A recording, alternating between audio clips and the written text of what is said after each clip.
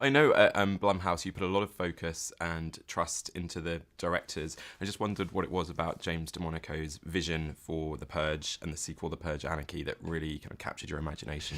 Well, it was his idea. It was 100% his idea. He was driving with his wife, and someone cut him off, and he was like, "I wish I'm gonna kill that guy." And his wife said, "You should make a movie about that. What if that were legal?" So it came out of his sick and twisted head, and I loved the idea because it was such a big idea and kind of an interesting idea socially, and so we went for it. And for those who haven't seen the first film, can you give them an idea of how it's been expanded, of the idea, and then also how it's been expanded for Anarchy? Sure. So the first one was kind of a home invasion movie. Somewhat of a tease. So I didn't think we could get away with that again, and neither did James. So the second, when we showed the first film and when we were making the first film, we often heard what goes on outside. Like, what do those kids do before they knock on that door? So the second movie is really 90% of the movie takes place outside on the streets during the purge. So we get to see everyone purging. And what for you are James's particular strengths as a filmmaker, as a storyteller? Well, his biggest strength is that he's a writer-director, not just a director. So it's great to have the writer on the set all the time. So he can always adapt to actors and sets and costumes. He can change the script, which is really, really helpful and great. So I think that's his biggest strength. But he really gets along well with the actors. He really understands acting. He's a real cinema fanatic. So he has a great vocabulary. So he's very articulate, and he's a real pleasure to work with. And he's very collaborative. But he also has a strong voice, which is rare for a director. So hopefully we'll work with him a lot. And was a sequel always envisaged, or did the idea come about after the huge success of the first movie? Both. We wanted to make a sequel when we were shooting the first movie, but we didn't know if we were going to be able to. Obviously, if the movie wasn't successful, we couldn't have made a sequel. So we were lucky enough that it was successful, and we got a chance to kind of show the purge outside, which is what we really wanted to do. And how challenging did that make, keeping the budget low? Obviously, the first time, as you say, it was home invasion. And this time we go out and we see a lot of LA, so multiple locations. The biggest challenge of the second movie was the budget. The budget of the second movie was definitely more than the first, but by Hollywood standards for a sequel, it was still very, very small. We shot the movie in 27 days, and I think if James were here, he would definitely say the hardest thing about the movie was that very, very tight schedule, which was because of the budget. And what are the benefits really of keeping the budget down for you as a producer, for the filmmakers, for the actors, and I guess maybe for the audiences to some degree as well? Well, I think there are benefits to keep the budget down for all of those people. For me, as a filmmaker and as a producer, it allows for total creative freedom. So that transpires into all different aspects of the filmmaking, starting with the concept. If you wanted to make The Purge as a concept for $25 million, I think you'd be laughed out of someone's office. But for $3 million, you can give it a shot. You can cast any actors that you want. Sometimes we get big names like Ethan Hawke, and sometimes we don't, like Juliet Rylance. And most of all, it allows me to give creative control to the directors, which is something that's unusual in Hollywood.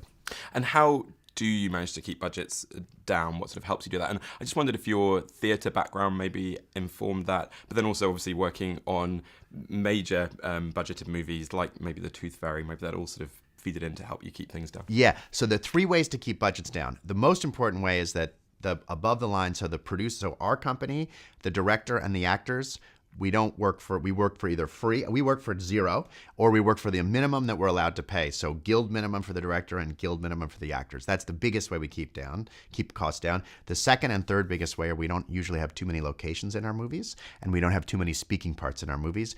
I guess there are 4 ways, and the scripts are very short. So those are our 4 secrets to keeping budgets low. And why do you feel it works particularly well for horror, this kind of model of the kind of micro budget, but then a wide release? Low budgets work great for horror for a bunch of reasons. The biggest reason is I think it makes the lower the budget, the grittier and more real the film is, and the more real the situation feels, the scarier it is. I think the most important thing for any movie, horror or not, is character, stories, and performance. And if you don't have the budget for special effects and stunts and cranes and rain and fire, you force the director to focus on those 3 things, and they don't get distracted by everything else I just mentioned. And I really do believe it makes for much better movies scary movies. I think certain movies you can't do for a low budget, but for scary movies, it really helps, I think, to keep the budgets down. Which horror movies really sparked your passion for the genre? And just generally, how would you describe the state of horror movies at the moment in 2014? What sparked my passion for the genre were Hitchcock movies. I mean, he's definitely my favorite scary movie director. I loved all his movies.